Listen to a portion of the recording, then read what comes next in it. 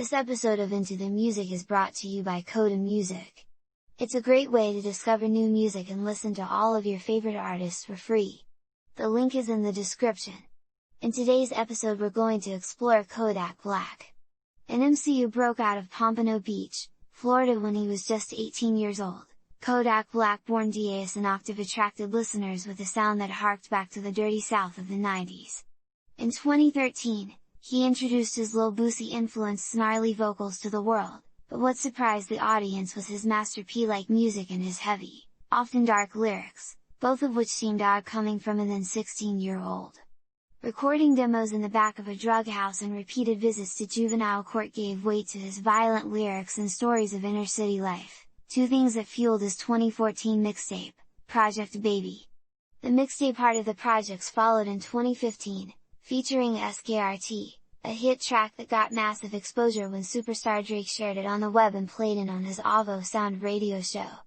After signing a deal with Atlantic, his third mixtape, Institution, appeared at the end of the year. In 2016, Kodak Black appeared on French Montana's hit single Lockjaw before releasing his fourth mixtape, Lil B.I.G. Pack. The following year he put out his debut studio album, Painting Pictures, which featured guest spots from Jeezy, Future, and Young Thug. The set topped the R&B/hip-hop chart and rose to number 3 on the Billboard 200.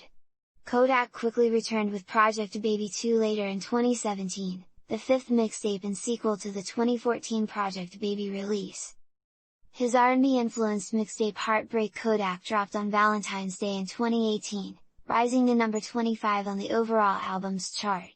Months later, after a series of legal charges and not guilty pleas, he was sentenced to a year in prison.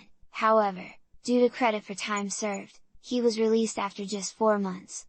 While in prison, he legally changed his name to Bill K. Capri and earned his GED.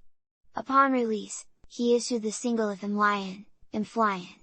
The track was the lead single for his sophomore LP Dying to Live, which dropped later that year in December and topped the Billboard 200.